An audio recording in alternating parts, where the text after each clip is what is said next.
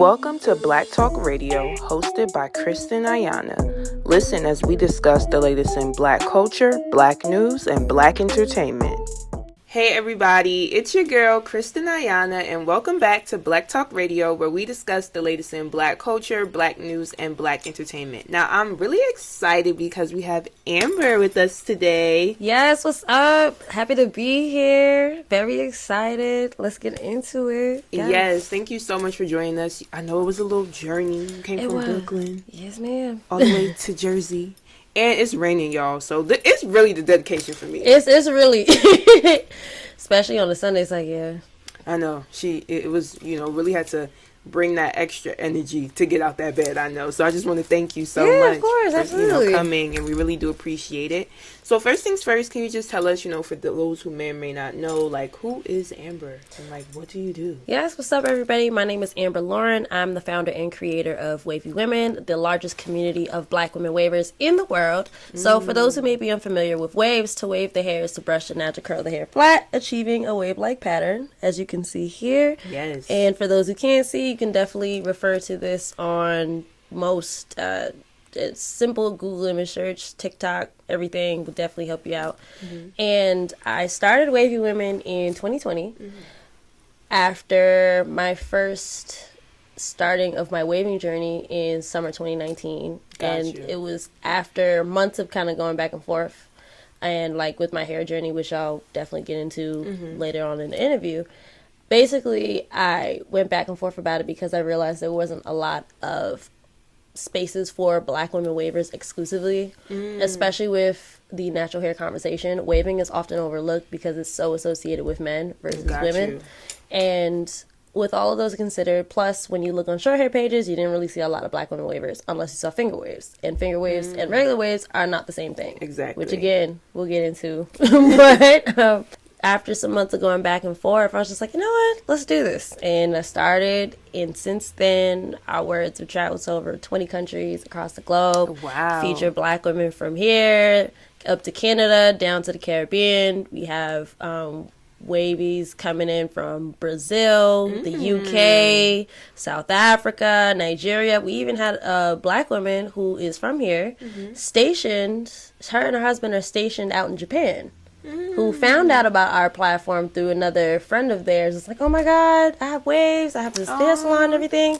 And it's been such an amazing thing to see, because every time I talk to Black women, it's like, I've always wanted waves, but I didn't know how to start. And a lot of times it's because, for whatever reason, it's gatekept because of the conversation, women have better hair, which is not true, because our hair is relatively the same depending on, your curl pattern. Right. But yeah, that's how WavyWMN got started, and it's been quite the journey. Just turned 3 in January, so very exciting. And yeah, that's just a little bit about WavyWMN, about myself. Outside of launching WavyWMN, I am the creative director of a publication called Grown Magazine, which is an online publication that caters to Black women, particularly millennials and Gen Z, between the ages of 21 and 30, kind of going through those growing pains of no longer being a teenager, but you don't feel like you're an adult, but you need an adult to do certain things.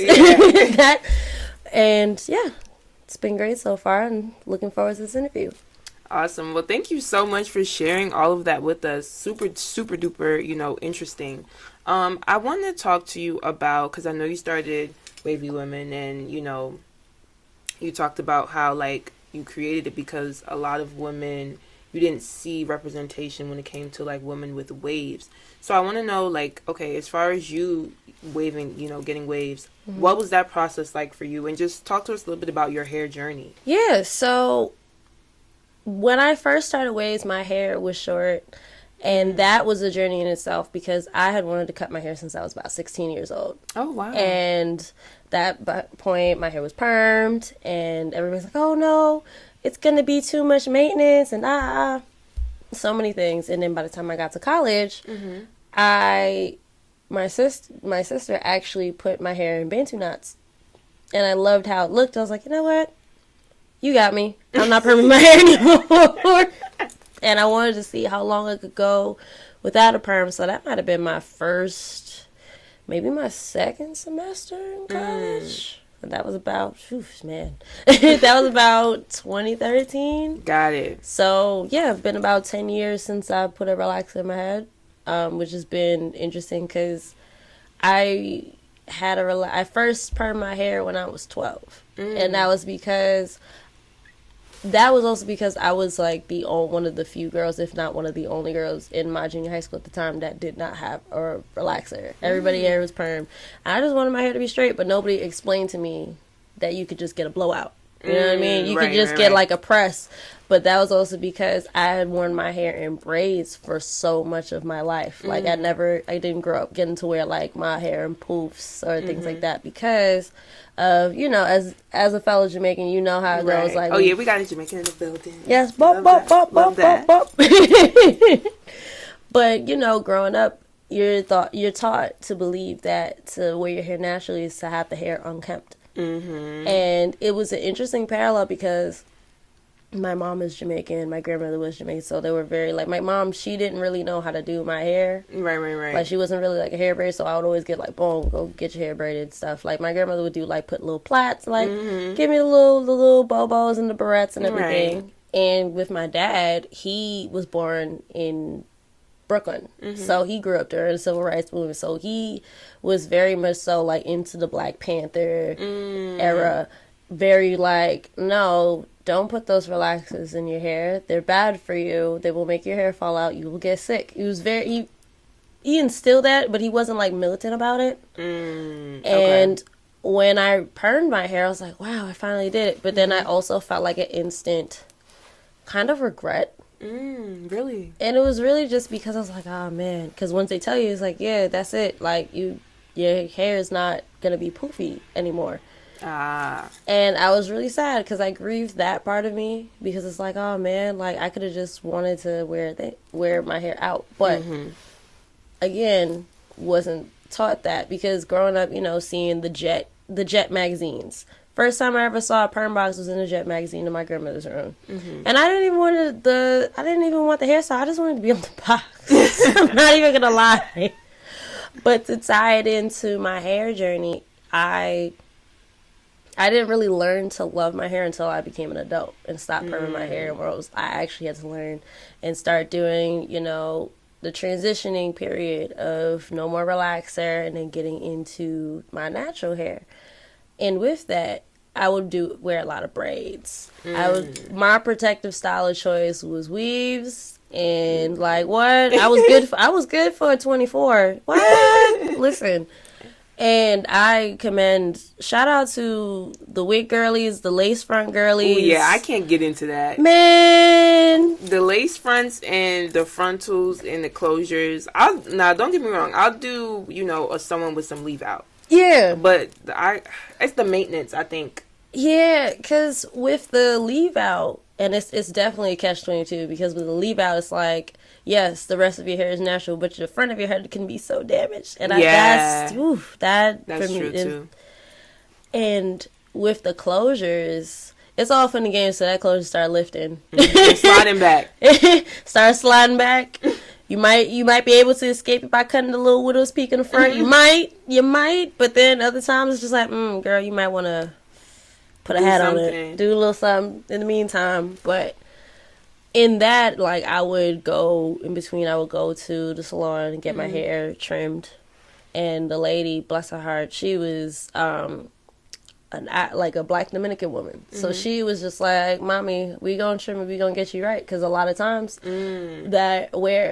even now, there are Black women who talk about they go to these hair salons and they're natural and they'll put keratin in there. Yeah. Because that happened to a friend of mine where she was natural all her life. Never permed her hair once.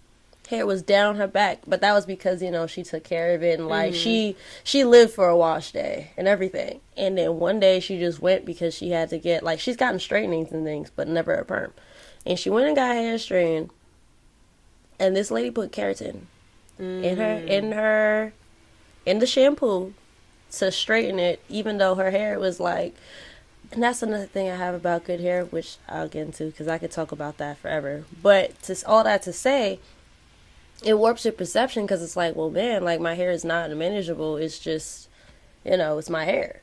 And that kind of ties into the idea of like good hair versus bad hair. There's no such thing as bad hair. I also have opinions about the typing system, but for the sake of time, it just kind of showed me to love my hair and to be very appreciative that that never happened, because if that happened to me, somebody wasn't going to have a shop. Right. No. Somebody was not going to have a shop. And how it got into waving, because by the time it was 2016, I was natural, 100% natural for a year, but my hair, the front of my head was so damaged. And I started doing like, not a pineapple, but like kind of like a fro, kind of, not a fro hawk, but like kind of like a faux taper. Yeah, like a faux taper type of vibe. And then I liked it so much, I was like, you know what? I think I'm just going to cut my hair. Because like, I'm just going to cut it. It's just hair. And I went, got a taper, cut the sides down, rocked that for maybe about 6 months, and I was just like, yeah, cut this all off. And that's when I started experimenting with color. So, okay. So how did you feel when you like finally just cut your hair off? I felt very free. It was like 2 days before my 22nd birthday, so I was very excited. I was like, yes, I did it. I don't feel bad about it. And the beauty of this was that nobody came to me and was like, why did you cut your hair? I was like, good. Okay, because a lot of times, like, maybe like one person did it, but now I looked as like, were you going to pay for it? No. So then don't ask me about my hair. But all in all, it was great. It was a very enjoyable experience. It also kind of like, when I cut my hair, it also kind of started into my self-love and self-care and like my therapy journey all in once. So it was like a new era. Oh yeah, it was definitely a new era. I had transferred schools. It was great. So it all kind of tied in, and then led me to be more comfortable with myself. Like, having short hair showed me how to be more confident in who I am as a person, even in now. Because I can say, like, 21-year-old Amber is just, like, going absolutely crazy. Like, yo, she did it! Yes! We here! But, yeah, it's just all of that. And then, I started playing with colors. Like, I've done just about almost every color on the spectrum. Wow. It's been cool, though. It's been a lot of fun. Not done with colors yet. But, of course, that's another story I'll get into later of why I had to take a break. But I was just about to ask you, okay, so now with color and hair, because I hear a lot of people say, like, once they color their hair, it's easy for it to get damaged, things of that nature. So what have you done to like maintain your color while still keeping your hair healthy? Yeah, so when I first, this will probably tie into like when I finally went platinum blonde. So funny enough, I was in Jamaica for the holidays, and my cousin, she's a hairstylist, and at the time my hair was like honey blonde, and she was like, Amber, you look great with platinum. Kind of just planting the seed, and I'm like, I don't know, maybe. And then 3 days time, I said, yo, Lisa, what's your availability like tomorrow? She's like, yes, I knew you would come through. And it was definitely a process. It felt like I was getting my hair permed all over again. Really? But it wasn't like it wasn't like, oh my God, it's so much painful. But it's like, I wasn't used to that. And being that with bleach, what a lot of people don't realize with bleach is that like it strips your hair of all its color. Like that's it. Like that platinum blonde is just like every lip. And when you're first lifting your hair, you only need to use 40 once. You do not need to use 40 again. Okay. So when you're lifting, like say like, your hair is that length, right? If you're touching it up, you don't need anything more than 10 or 20. And that I learned from my barber, who yelled at me for using 40 all the time. Because after that, I thought you just used 40. And I'm not going to lie, I definitely like fried my hair pretty bad. I was playing with color, but I was also wearing like a buzz cut type of thing. So kept cutting it, just like, all right, damage cut, and then it got to a point where it was like I wasn't giving my hair enough time to just breathe and just exist. And one day, my barber at the time, she was just like, you need to stop bleaching your hair. Your hair is starting to thin out. I was like, oh, that's not good. So I stopped bleaching at the time, maybe towards the end of 2019. Okay. So I was like, all right, cut it off, and that's when I started, around a little after I started waves. And that became a thing because my guy friends were like, waves would go crazy. You should consider that. And I was like, maybe. Then I was just like, you know what? Let's do it. Woke up one morning, went to the beauty supply store, got my Murray's, got my do-rag, got my brushes, started looking on the internet, looking for tutorials, and that's when I realized that there weren't really, that's how WavyWMN kind of came into play. So it kind of ties into each other, but learning about my hair, learning about hair care, even when you're doing, like, even if you're not short, if your hair is natural, if your hair is relaxed, especially if your hair is relaxed, you have to be very, very careful, because when you relax your hair, that's basically kind of like a double entendre. So it's like, once you relax it, you're not supposed to bleach it right away. You have to wait about 2 weeks before you do it. Otherwise, your hair can fall right on out. Oh, gosh. If you don't know what you're doing, the hair will fall right on out. And then that goes into... when you're bleaching, depending on what you're doing, you always want to make sure you tone your hair. Doesn't matter if you got your color, you still got to tone it, because you're also trying to protect the hair. You're trying to protect it. So things that I've been using lately, there's this leave-in conditioner that I use by, shout out to Swear NYC, Black Women-Owned brand. Ooh, we love that. Yes, and this is not a paid plug. I genuinely enjoy their products, and they have this leave-in conditioner that has bamboo oil, or it's like bamboo based, and it makes my hair feel really soft, especially after I color it and like bleach it. Feels very it doesn't feel weird, because sometimes because you're stripping everything, you're stripping the chemicals, everything, so you got to make sure you moisturize it pretty often, but also just listen to your hair. High porosity, low, medium, excuse me, it all depends on your hair. I don't really subscribe to the hair typing, because that was only made for a particular product versus our hair types overall. Okay. Because we can definitely have like 2 or 3 hair types, because I have 2 hair types, or what would be considered hair types, but it's not. Okay. Well, I definitely love that, and I love just like all the information that you're providing. I think like a lot of people can, take away from it and learn from it.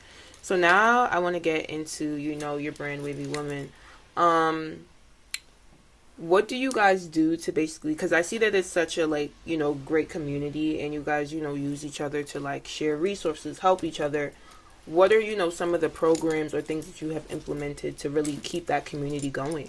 Yeah, so when I first started WavyWMN the first year, I was just kind of, I'll be honest, I was just kind of floating on vibes, because it was just right before the pandemic had hit. So we started January, pandemic was March. Oh, God. So the lockdown started, and I was just like, man, it was hard. It was hard, because I was a first-time entrepreneur. I had just started doing freelance work. So it was just like, okay, it's a lot of new things. A lot of places are closed. Right. So what actually helped me was that I started doing this business with really bad social anxiety. Like, I could not talk to people, which is like another tie into like my personal journey. And ironically, getting onto Clubhouse is what actually helped me get over my social anxiety. And what it was is that I saw that so many business rooms, and I was just like, all right, man, I gotta get over this. And there would be these rooms where they would like help you with like public speaking. Oh, nice.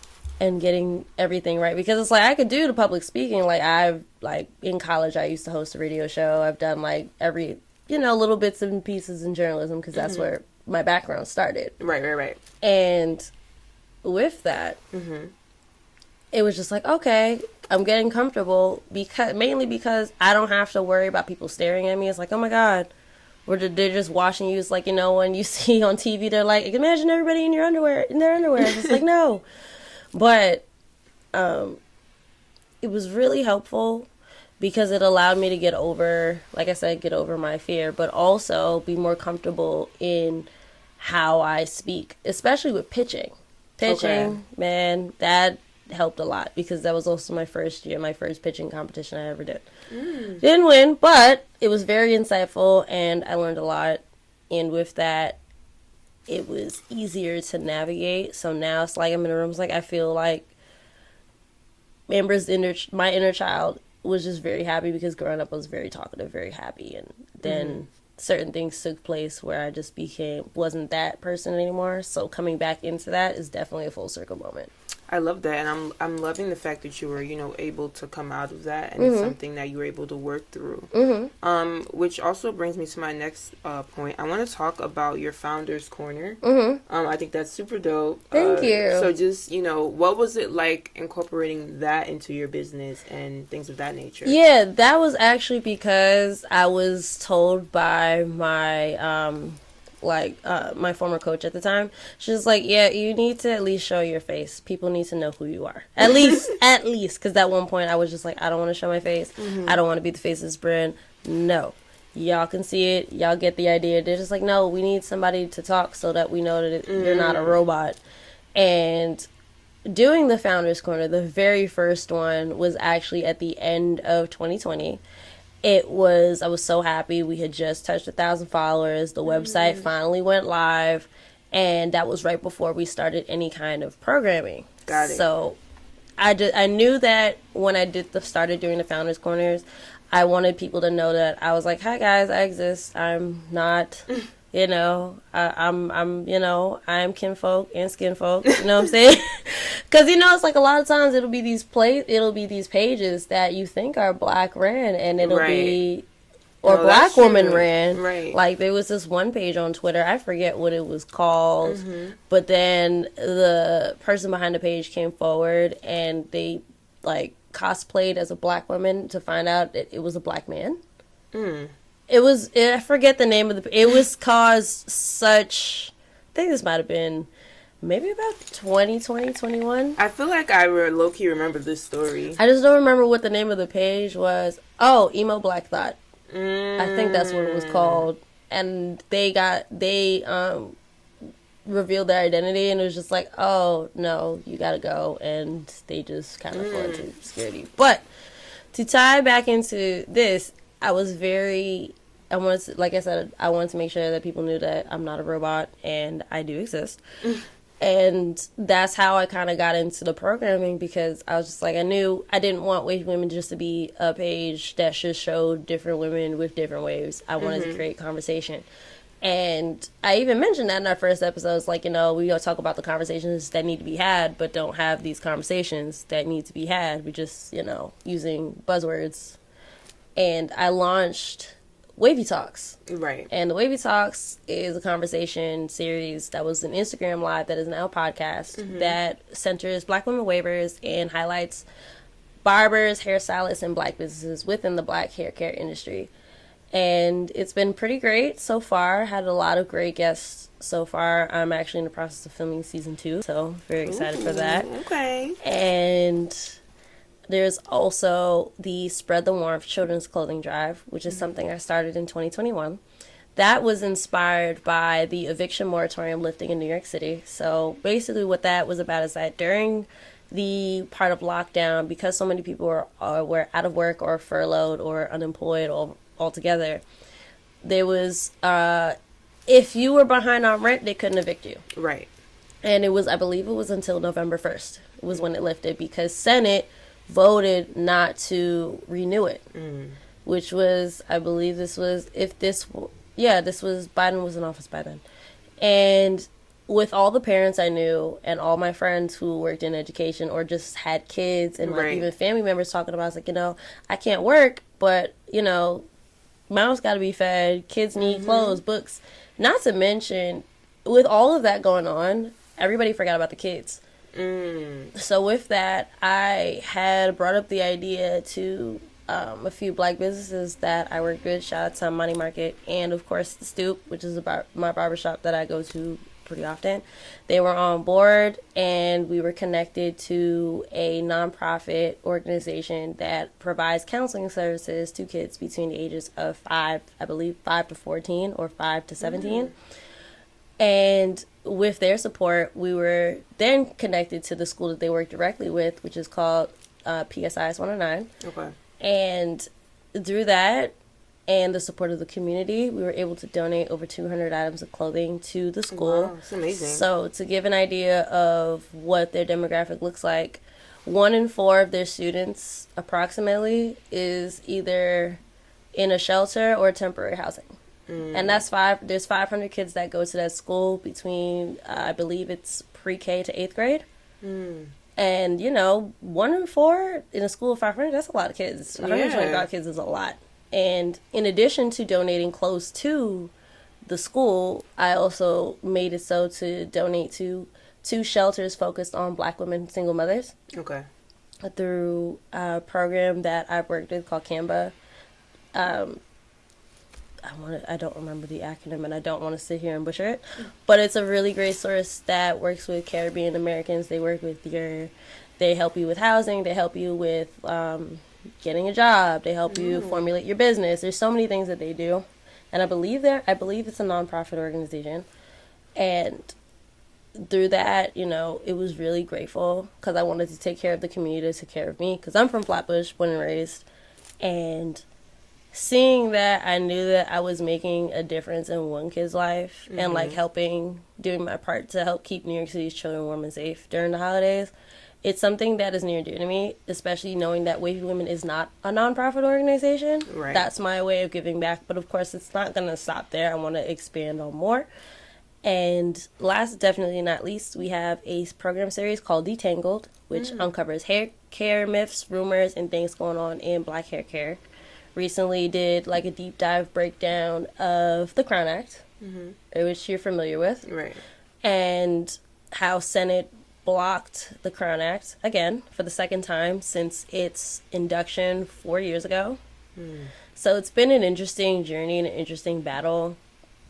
And it's not over yet because at this time, I believe it's legalized in 17 or 18 states, including the U.S. Virgin Islands. New York, New Jersey, and Connecticut are all included in these 18 states. And it's been interesting because there's so many people who don't know about it and what it means. So for those who are unfamiliar with the Crown Act is an act that was first introduced in 2019 by 4 Black women in the state of California, bringing it to the attention of the California State Legislature, which legalized it on July 3rd, 2019, which is now known today as Crown Day. And since then, Dove, the soap brand, beauty brand Dove, has teamed up with them to advocate and educate. And what the Crown Act basically does is that it would prevent discrimination in workplaces, public spaces, and anywhere that may or may not have microaggressions. So think of it like this. Like if you go to a private school or you grew up going to a private school and you had to cut your locks off because you couldn't wear them. Or it was against dress or code. Against dress code. Whew, man. Which is against dress code, you can legally fight that. But yes, those are the programs that WavyWMN has. It's definitely the beginning. Definitely looking forward to more. We definitely do have more, which I'm excited to share. I love that. Thank you so much for sharing all of that. Now, speaking of the Crown Act, I actually wanted to ask you, as a Black woman, I know you mentioned you started in this industry, being in the media, journalistic space. Have you experienced, any discrimination because of your hair? I would say no, but that's also because my hair, at the time I was wearing weaves and box braids. But on the other side of this, in my time at undergrad, I was fortunate enough to intern for not just 1 but 2 Black-owned businesses. So they were very, very chill. Most of the team was natural, so they weren't bothering me about it. No. That's good. And what advice would you give to someone who is maybe, struggling or in whether it's a workspace or school, where they are being targeted because of their hair? I would definitely say, if you can, try to find support within your friends or try to find those support groups online, whether you're just looking at somebody's page on TikTok or looking on Instagram or even Twitter, just finding that space. And then also remind yourself that this is the hair you were born with. There's no such, to me, there's no such thing as bad hair. Right. The only bad hair you can have is the hair you don't take care of. Good hair is very subjective because it's also based on the white gaze. So with that in mind, it's like, for me, my hair would be considered, according to the scale, would be 4A hair. And then, you know, growing up with having, like, my sisters, like, 4C hair. My mom's hair, she got a relaxer when she was 9. But that wasn't, again, not her choice. That was because, you know, tying back into that colonial ideology of like, oh, well, you know, your hair is tough, so you must straighten it to make it easier. Right. And it does a lot. It does a lot on a kid's, you know, self-confidence, especially. It's like you feel like it's this rite of passage, but is it really a rite of passage, or is it just something that we don't necessarily have to do? Now, just want to say I'm not anti-relaxer. Do what works for you. Just know what you're putting in your hair. Don't know what's going in your hair. Please do your research. For sure, yeah. You know, I love that you mentioned that. I definitely feel like we're in a different time now. And, like, black women specifically are kind of just, like, letting themselves be and do whatever they want with their hair without worrying about what other people think. So I'm really glad that we're entering that era, and, like, we have people like you to share, like, resources and just, you know, teach women about their hair. I think that's super important. So now I have to ask, you know, with your brand, what would you say is, like, your favorite thing about it, or just being an entrepreneur? I would say my favorite thing about it is knowing that there's always somebody new that is learning about what waves are. And it's so cool because I get to explain to people, I'm like, there are different, like, one does not simply have one wave brush. I have like 6 for different stages of my hair. So like when I get a fresh cut, I have like the soft brush and the soft curve brush. And then as it grows, it has like, you know, the different levels of firmness, which is really cool. Not to mention, like, seeing people's jaw drop, like, there's more than one kind of wave. I was like, yes, there is. There's several. So, let's get right into it. So, first you have what's called the 50-60 wave. So, think of, like, the best way I describe it is think of, like, the doo-wop singers from, like, the 50s and the 60s that had the slick part in the middle and on one side and, like, waves one way, waves another. Right. That's more... Usually that tends to be natural. Other times it can be associated with like texturizers and wave kits, depending on, you know, again, depending on your era and depending on your hair type. Then you have the 180 waves. 180 waves are pretty simple. Those are the waves that just go one direction, and then you have like a dark or light Caesar on the sides and the back. Okay. It's just waves in going down the front.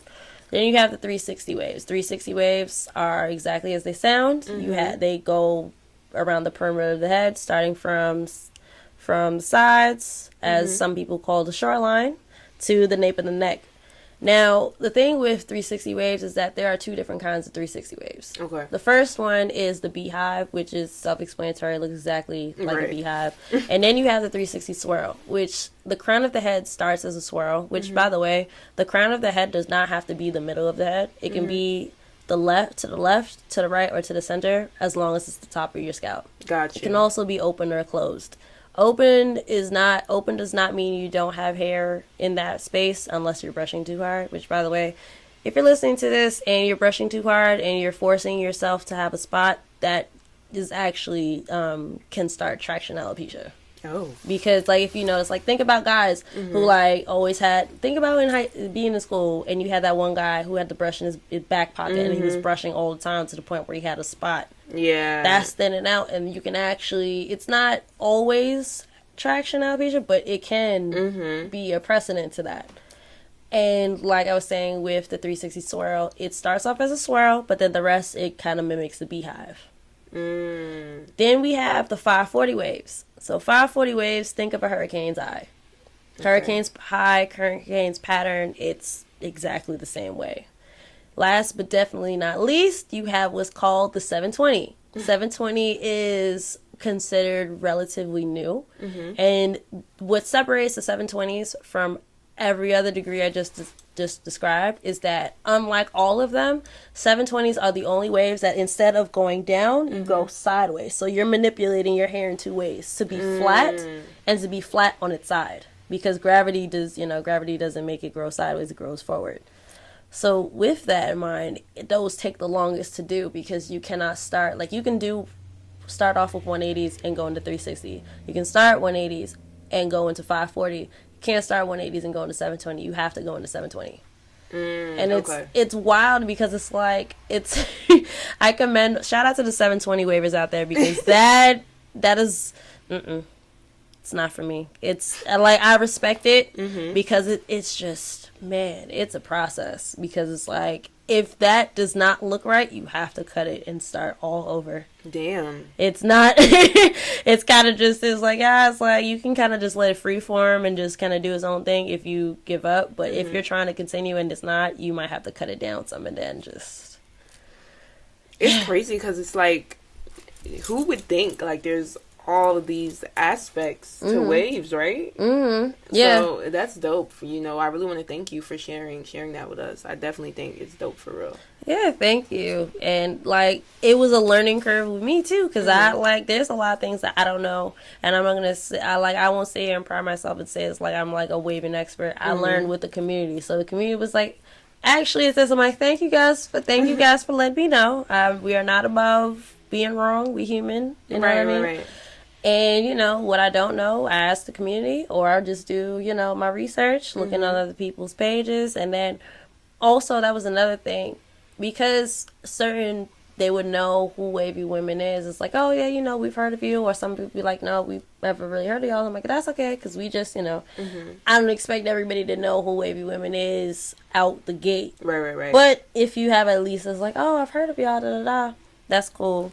If you haven't, you learn now. And that's why I say, like, every time in the Founders Corner, it's like, shout out, I say it all the time, it's like, shout out to everybody, whether you just joined the wave this morning or you heard from a friend, I appreciate you, because it's definitely been a journey. And being an entrepreneur, it's taught me so much about myself and dedication, because, man, entrepreneurship is not easy.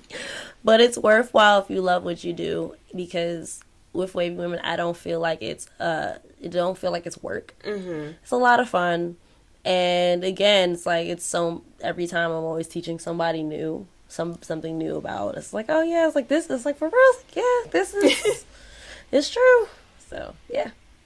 Nah, that's dope for sure. And it's very unique, right? Like, I think that's what makes this brand stand out, and why I wanted to actually have you on the show, because I think there's really no one else doing this for Black women who have waves, and I think it's a movement that's going to just continue to grow and grow and grow.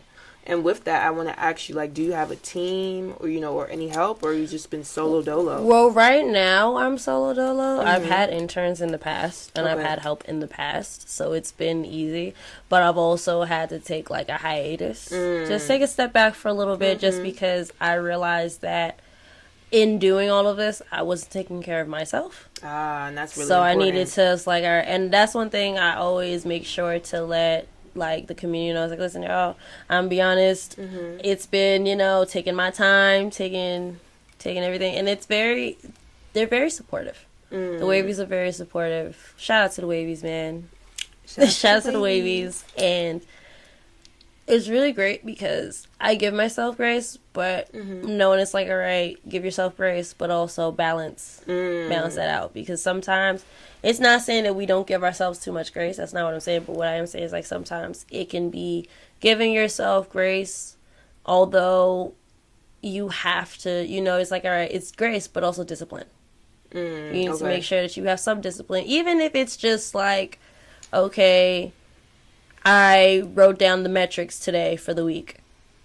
Starting off in small increments, like not being okay with not doing 100% of what you said you would do. It's like, the key is to, like, at least find your 50 or find your 65 and so on and so forth. And to, making sure that, again, giving yourself the space so that eventually you do get to that 100. I think that's dope, and I think a lot of people can relate to that, because we are, like, often just, like, super hard on ourselves, and we do need that grace. And I think also as entrepreneurs, like, or just in any, if you're any career level, if you don't take a break and give yourself that space, you'll be forced to do it, and that's when it gets bad. Yeah, it's you didn't never lied. Now, my final question for you: if you could leave, like your supporters, the waivers, with like one thing to remember about you, what would it be and why? One thing to remember about me. Can we curse on here? Mm-hmm. I did that shit scared and still did it. Because a lot of times, like, even when we did our first campaign last summer, that was one thing I wanted to talk about too. Like, last summer, I launched the first campaign called Meet the Wavies. Mm-hmm. And Meet the Wavies is the first campaign in history to feature Black women waivers exclusively. So it was just really like, getting Black women waivers together in the New York City area. And that was another thing. Doing that, creative directing it. Shout out to Cozy, who was my photographer, and Tasha, my PA. Like, they did an amazing job. And the girls who were part of it, Naya, Chloe, Kemi, they were amazing. Just doing that shit scared, because in my days, that entire week, I think I probably I was up till 4 o'clock from 4 o'clock in the morning to like 6 p.m. that evening, finalizing everything, because I was also updating the website, and I gave myself this deadline and like doing everything, because when you're an entrepreneur, you wear a lot of hats. Yeah, you wear a lot of hats, and I did it scared, and I pressed publish, and I tagged everybody, and I put my description, my intern was sending out the newsletter, everything was scheduled out, and I got so much praise from it. It's like, oh my God, this is amazing, like, thank you for doing this. And then when I was first doing outreach about it, a lot of the waivers were like, yo, when you coming to LA, when you coming to Atlanta, when you coming to Houston, when you coming to Toronto, like, it was great to know that, when Volume 2 comes around. Very excited, because it's coming sooner than y'all think, because as they see now here, I can definitely announce the exclusive that WavyWMN will be at Durag Fest this year. Yes, so that's super exciting. Durag Fest is a festival taking place in Charlotte, North Carolina, which it's literally self-explanatory. We come to celebrate the durags and those who wear them. It's a lot of waivers out there, but some people love do-rags and just happen to be here. They do it. They usually have it every Juneteenth weekend. This year, it'll be taking place the weekend after, so it'll be the weekend of 24th. Got you. It's going to be exciting. We got some things cooking up, so I can't wait to announce that. The formal announcement will be coming out soon, but definitely wanted to make that announcement. And yeah, it's gonna be a very wavy summer. Period. It's going to be a very wavy summer. I love that. And I just want to thank you so much for chatting with us. Yes, I'm happy to be here. Thank you. Let everyone know, where they can follow you, find you, all that jazz. Yes, so you can check out WavyWMN. That is WAV as in victory, YWMN, which, fun fact, the reason why I had to put it that way is because the name was taken. And I like this better. You know what I mean? And that's even coming into the name. Little side story. So when I was trying to think of WavyWMN, I was like, all right, what can I name it? And all of the names I thought of were just long as hell. It's just, I'm like, nah, man, we gotta shorten this. So I was like, WavyWMN. And then I looked at the name, but the name was like somebody else. I'm like, what if I just drop it and make it WMN? It's like, all right, cool, we here. But yeah, you can definitely check us out. We are on all major platforms. If you want to follow me, I am Amber's Modern Life on everything. So like Rocco's Modern Life, but Amber's Modern Life. And yeah, thank you so much, Kristen. I appreciated being here. I look forward. It's definitely not going to be the last time I'm here for sure. Yes, we're going to bring you back. We definitely. We're going to have you back. We're going to keep the conversation going. And I just want to really thank you so much. Like, I definitely think this was a very impactful episode. You shared a lot of great information. And yeah, I'm wishing you nothing but the best. Thank you. And I wish the same for you. Thanks. I received that. Yes.